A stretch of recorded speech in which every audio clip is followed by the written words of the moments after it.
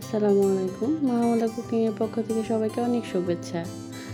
আজ আমি আপনাদের দেখাবো খুবই মজাদার এবং টেস্টি একটি রসুনের আচার। তো এই আচারটাতে আমি অনেক ঝাল ব্যবহার করেছি, তাই এই আচারের নাম দিয়েছি ঝাল রসুনের আচার। এই আচারটা খুব সহজে আপনারা তৈরি করতে পারবেন, খুব কম উপকরণে। এবং এই আচারে রসুনের গুণাগুণ আমরা সবাই কম বেশি হলেও জানি। তো আসুন দেখে নিই এতে আমরা কি লাগছে, কিভাবে তৈরি করতে হয়। তো আমি চুলায় হাঁড়িটি বসিয়েছি, ওকে দিয়ে দিচ্ছি সরিষার তেল প্রায় 2 কাপের মতো।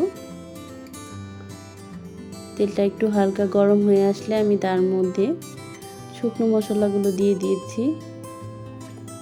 আমি দেখে নিয়েছি গরম হয়েছে কিনা। দিয়ে দিচ্ছি আস্ত জিরা, দিয়ে দিচ্ছি আস্ত ধনিয়া, সরিষা, দিয়ে দিচ্ছি মেথি ও মৌরি। সবগুলো উপকরণ আমি একভাবে তেলের মধ্যে দিয়ে দিয়েছি এবং এগুলো গরম হওয়া পর্যন্ত অপেক্ষা করব। তো আমি দেখেন আমার তেলগুলো প্রায় গরম হয়ে এসেছে। গরম হওয়ার পর আমি এর মধ্যে আস্ত যে রসুনগুলো আছে, এখানে প্রায় আমি 1 কেজির মতো রসুন নিয়েছি। সবগুলো রসুন আমি আস্তে আস্তে ঢেলে দিব এবং অবশ্যই এই রসুনগুলো আপনারা আগেই ধুয়ে শুকিয়ে নেবেন, যেন পানি লেগে না থাকে। এবং খুব সুন্দর করে ভালোভাবে সবগুলো রসুন তেলের সাথে ভালোভাবে মিক্স করে নিব। ওগুলো মেশানো হয়ে গেলে আমরা রসুনগুলো খুব আলতোভাবে নাড়ব এবং এর মধ্যে দিয়ে দিব চিনি। এখানে আমি প্রায় 1 কাপ চিনি অ্যাড করেছি। তবে এখানে মিষ্টিটা যার যার নিজস্ব। কেউ যদি বেশি মিষ্টি খেতে চান তার থেকে বেশি চিনি দিতে পারেন। তবে আমি 1 কাপ পরিমাণ মতো দিয়েছি। দিয়ে দিচ্ছি হালকা হলুদের গুঁড়া। এতে রসুনের আচারটা কালারটা একটু সুন্দর হবে, এই জন্য দেয়া।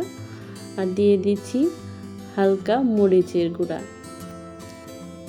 সবগুলো উপকরণ ভালোভাবে মিক্সড করে নিতে হবে এবং চুলার আঁচটা খুব বেশি হাই হওয়া যাবে না।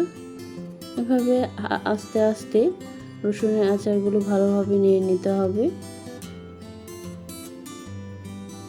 যেহেতু আমি বলেছি এটা ঝাল আচার, আমি এখানে প্রচুর পরিমাণে মরিচ ইউজ করেছি। এই মরিচটা কাঁচা লাল মরিচ, সেই লাল মরিচ আমি বেটে নিয়েছি এবং এইভাবে এই মরিচটা দিলে ফ্লেভারটা অনেক ভালো আসে। তবে কারো কাছে যদি এই মরিচ না থাকে, আপনারা সেজন্য আপনারা মরিচের গুঁড়া ইউজ করতে পারেন। তবে কাঁচা যে লাল মরিচটা আছে, এটা বেটে দিলে ফ্লেভারটা অনেক ভালো আসে। তো আমরা আস্তে আস্তে চুলার আঁচ কমিয়ে এভাবে নিয়ে নিব, যেন আচারটা লেগে না যায়। আমি একটু হালকা ঢেকে দিচ্ছি। দেখবো এখন আমার আচারটা হয়েছে কিনা। আমার আচারটা দেখেন আস্তে আস্তে হয়ে আসছে। এখন আমি অ্যাড করছি সামান্য লবণ, প্রায় 2 চা চামচ লবণ। তার মধ্যে দিয়ে দিচ্ছি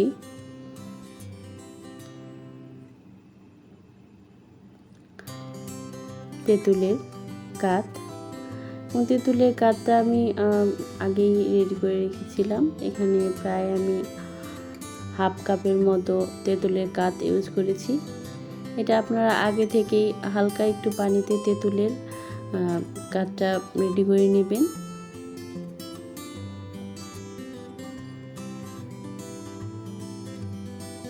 আমার রসুনের আচার কালারটা দেখেন কত সুন্দর এসেছে। কালারটা সুন্দর আসার জন্য ওকে অবশ্যই চুলার আঁচটা কম রাখতে হবে। চুলার আঁচ বাড়ানো যাবে না। খুব আলতোভাবে রসুনগুলো ভালোভাবে নাড়তে হবে, যেন রসুনগুলো গলে না যায়।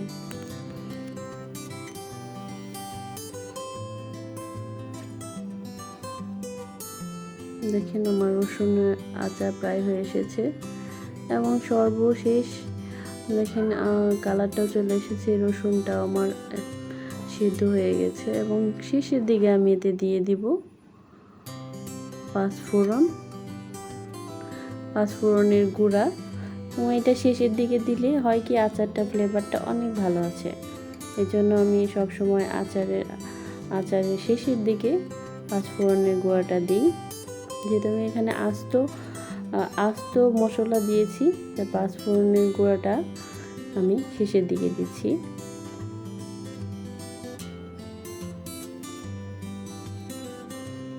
তো প্রায় হয়ে এসেছে আমার আচার।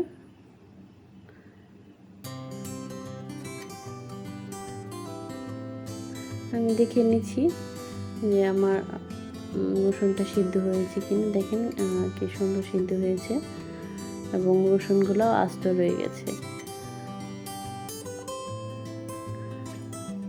রসুনগুলো ঘন হয়ে এসেছে, রসুনের আচারটা ঘন হয়ে এসেছে। এবং সর্বশেষে যদি রসুনের আচারটা একটু বেশি দিন রাখতে চান, অনেকেই ইউজ করেন না, কিন্তু আমি এখানে প্রায় হাফ কাপের মতো সিরকা ইউজ করেছি।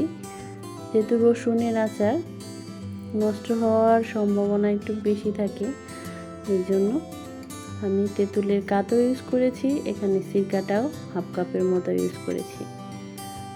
এটা না ইউজ করলেও চলে, যেহেতু এখানে কোনো পানি দেওয়া হয়নি এই আচারে। তাই এই আচারটা আপনারা রোদে শুকিয়ে মাসে একবার রোদে দিলে অনেক দিন সংরক্ষণ করতে পারবেন। তো আমার হয়ে এসেছে রসুনের আচার এবং কালারটা অনেক সুন্দর এসেছে। তো আশা করি আপনারা বাসায় ট্রাই করবেন। এবং যারা আমার ভিডিও দেখছেন সবাইকে অনেক অনেক ধন্যবাদ।